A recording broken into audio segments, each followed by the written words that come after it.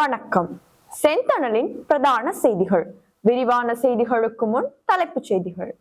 அவசரகால சட்டம் பேரிடர் நிவாரணத்துக்கு அல்ல, மக்கள் எதிர்ப்பை அடக்கவே கஜேந்திரகுமார் பொன்னம்பலம்.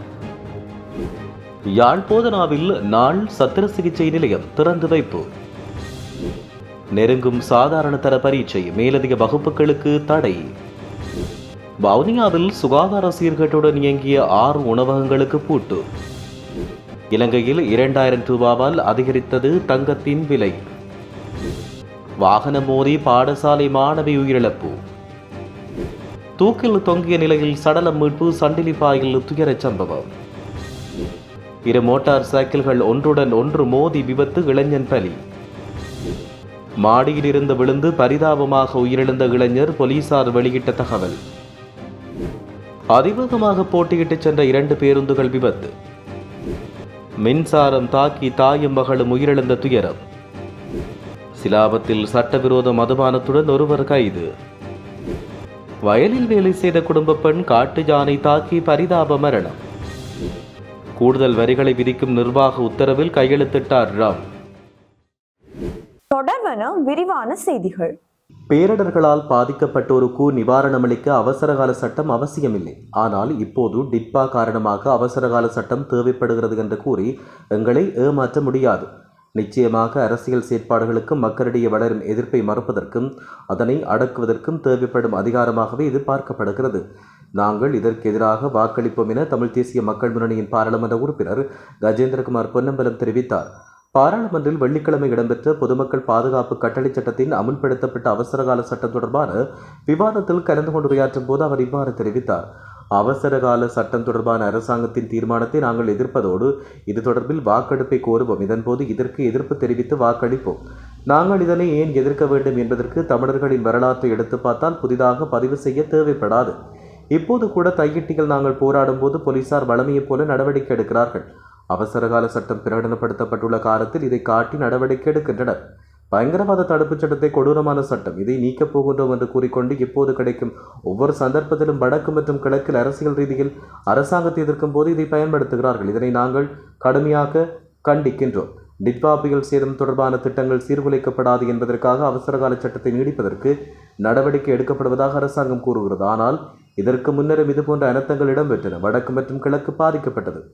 இதற்கு அவசரகால சட்டம் அவசியமில்லை. இப்போது டிட்பா காரணமாக அவசரகால சட்டம் தேவைப்படுகிறது என்று கூறி எங்களை பேக்காட்ட முடியாது என்றும் அவர் தெரிவித்தார். இந்திய மீனவர்களின் ரோலர் படகுகள் நமது மீனவர்களின் சொத்துக்களை அளிப்பது தொடர்பில் ஒவ்வொரு மாதமும் கூறியுள்ளனர். அடிக்கடி இந்த விடயம் பாராளுமன்றத்தில் பேசப்படுகிறது. ஆனால் இதுவரை இந்த அரசாங்கம் எவ்விதமான ஆக்கப்பூர்வமான நடவடிக்கைகளையும் எடுக்கவில்லை. 2025ஆம் ஆண்டில் 15 ரோலர்களும் இந்த வருடத்தில் 6 ரோலர்கள் மட்டுமே பிடித்துள்ளீர்கள். ஆனால் ஆயிரக்கணக்கான படகுகள் வந்து எமது மீனவர்களின் சொத்துக்களை அழித்துச் செல்வதாகவும் அவர் இவ்வாறு தெரிவித்தார். யாழ்ப்பாண போதனா வைத்தியசாலையில் யாழ்ப்பாணம் போதனா வைத்தியசாலையினுடைய சத்திர சிகிச்சை கூடம் ஒன்று திறந்து வைக்கப்பட்டது. நாள் சத்திர சிகிச்சை நிலையம் நேற்று திறந்து வைக்கப்பட்டது. யாழ் போதனா வைத்தியசாலை மற்றும் யாழ்ப்பாண பல்கலைக்கழக மருத்துவப்படம் ஆகியவற்றின் கூட்டு முயற்சியில் இந்த நாள் சத்திர சிகிச்சை நிலையம் ஆரம்பிக்கப்பட்டது. யாழ்ப்பாண பல்கலைக்கழக மருத்துவப்படம், போதனா வைத்தியசாலை மற்றும் சுகாதார அமைச்சு ஆகியவற்றுடன் இணைந்து சர்வதேச அமைப்புகளும் புலம்பெயர் உறவுகளின் ஆதரவுடன் இந்த திட்டம் நடைமுறைப்படுத்தப்படுவதாக தெரிவிக்கப்பட்டுள்ளது. காபோத சாதாரண தர பரீட்சை நெருங்கி வரும் நிலையில் எதிர்வரும் 11ஆம் தேதி நள்ளிரவு முதல் பரீட்சை முடியும் வரை மேலதிக பயிற்சி வகுப்புகள் தடை செய்யப்படும் என பரீட்சைகள் திணைக்களம் அறிவித்துள்ளது. அதன்படி பரீட்சார்த்திகளுக்கு பயிற்சி வகுப்புகளை நடத்துவது மற்றும் பாடம் தொடர்பான விரிவுரைகள், கருத்தரங்குகள், பட்டறைகளை நடத்துவது, பரீட்சைக்கான யூக கேள்விகள் அடங்கிய வினாத்தாள்களை அச்சிட்டு விநியோகிப்பது, சுவரொட்டிகள், பதாதைகள், துண்டு பிரசுரங்கள், வினாத்தாள்களில் உள்ள கேள்விகள் அல்லது அதுபோன்ற கேள்விகள் வழங்கப்படும் என்று கூறும் மின்னணு அல்லது அச்சிடப்பட்ட ஊடகங்களை வெளியிடுவது அல்லது அத்தகையவற்றை வைத்திருப்பது தடை செய்யப்பட்டுள்ளது. எந்தவொரு நபரோ நிறுவனமோ வேறு தரப்பினரோ இந்த விதிமுறைகளை மீறி செயல்பட்டால் அந்த நபர், நிறுவனம் அல்லது சம்பந்தப்பட்டவர்கள் சட்டத்தின் கீழ் குற்றவாளியாக்கப்படுவார்கள் என்று அறிவிக்கப்பட்டுள்ளமை குறிப்பிடத்தக்கது. வவுனியா நகரில் சுகாதார சீர்கேட்டுடன் இயங்கிய 6 உணவகங்கள் சுகாதார பரிசோதகர்களால் மூடப்பட்டுள்ளன. இந்த உணவகங்கள் நேற்றைய தினம் இவ்வாறு மூடப்பட்டன. சுகாதார பரிசோதகர்களால் அந்த உணவகங்கள் சோதனைக்குட்படுத்தப்பட்ட போது அவை சுகாதார சீர்கேட்டுடன் இருந்துள்ளமை அவதானிக்கப்பட்டுள்ளது. இதையடுத்து குறித்த உணவகங்களை நீதிமன்ற கட்டளையின் பிரகாரம் திருத்தற் பணிகளுக்காக எதிர்வரும் 14 நாட்களுக்கு மூடுமாறு சுகாதார பரிசோதகர்களுக்கு உத்தரவு வழங்கப்பட்டது.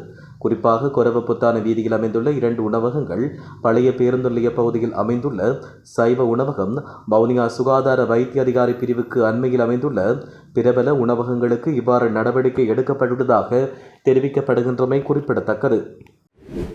இலங்கையில் இன்று தங்கத்தின் விலை அதிகரித்துள்ளதாக அகில இலங்கை நகையக வியாபாரிகள் சங்கம் தெரிவித்துள்ளது. சர்வதேச சந்தையில் ஏற்பட்ட பொருளாதார மாற்றம் காரணமாகவே இந்த விலை உயர்வு ஏற்பட்டதாக குறிப்பிடப்படுகிறது.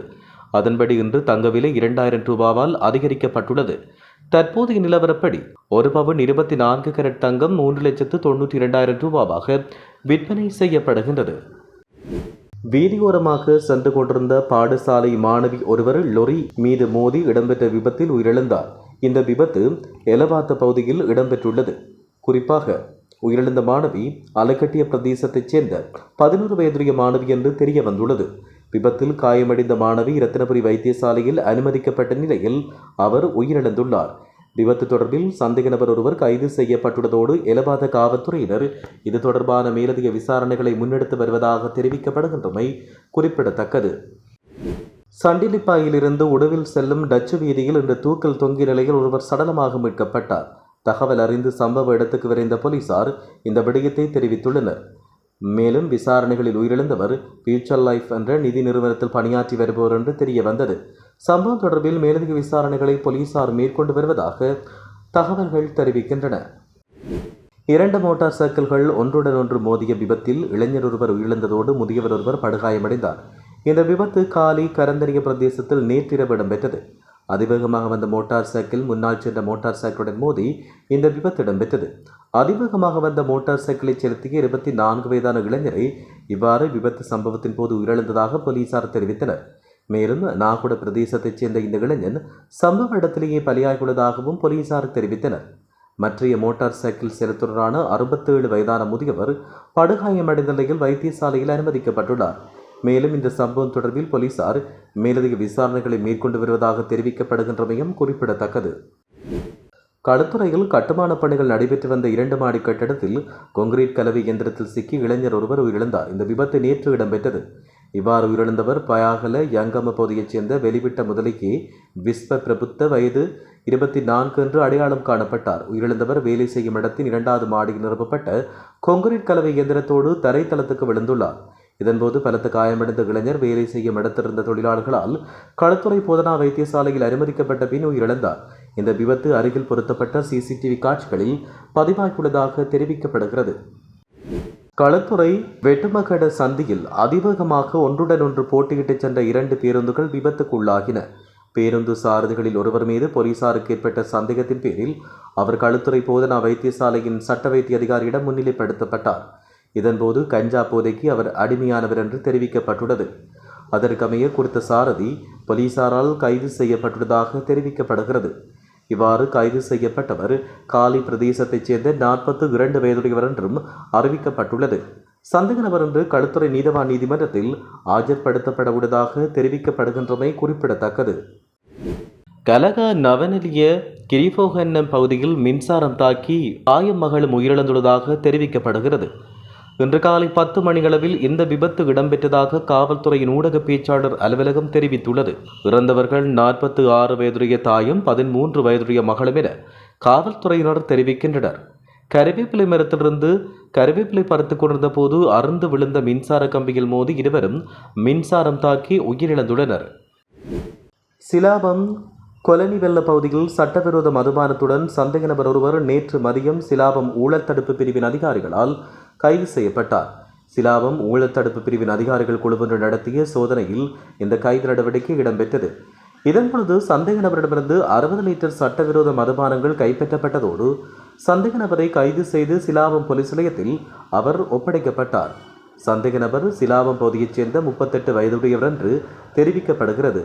இந்த சம்பவம் தொடர்பான மேலதிக விசாரணைகளை சிலாபம் போலீசார் மேற்கொண்டு வருவதாக தெரிவிக்கப்படுகின்றமை குறிப்பிடத்தக்கது. காட்டு யானையின் தாக்குதலால் குடும்ப பெண்ணொருவர் உயிரிழந்துள்ளார். இந்த சம்பவம் புலனறுவை மாவட்டத்தின் மெதிரிகிரிய பிரதேசத்தில் நேற்று மாலை இடம்பெற்றது. வயலில் கூலி வேலை செய்து கொண்டிருந்த போது காட்டு யானை தாக்கி மேற்படி பெண் சம்பவ இடத்தில் உயிரிழந்தார். 3 பிள்ளைகளின் தாயான 45 வயதான பெண்ணே காட்டு யானை தாக்குதலில் உயிரிழந்துள்ளதாக போலீசார் தெரிவித்துள்ளமை குறிப்பிடத்தக்கது. இனி சர்வதேச செய்திகள். ஈரானுடன் வர்த்தகம் செய்யும் நாடுகள் மீது கூடுதல் வரிகளை விதிக்கும் நிர்வாக உத்தரவில் அமெரிக்க ஜனாதிபதி டொனால்ட் ட்ரம்ப் கையெழுத்திட்டுள்ளார். ஈரானிடமிருந்து நேரடியாக அல்லது மறைமுகமாகவோ பொருட்களையோ அல்லது சேவைகளையோ வாங்கும், இறக்குமதி செய்யும் அல்லது வேறு விதமாக பெற்று அமெரிக்காவுக்கு பொருட்களை ஏற்றுமதி செய்யும் எந்த ஒரு நாடும் இந்த உத்தரவில் அடங்கும் என்று தெரிவிக்கப்பட்டுள்ளது. எனினும் இந்த உத்தரவு விதிக்கப்படும் விகிதங்கள் குறிப்பிடப்படவில்லை. ஆனால் அது சுமார் 25% என்று தெரிவிக்கப்பட்டுள்ளமை குறிப்பிடத்தக்கது. இத்துடன் செய்திகள் நிறைவடைகின்றன. வணக்கம்.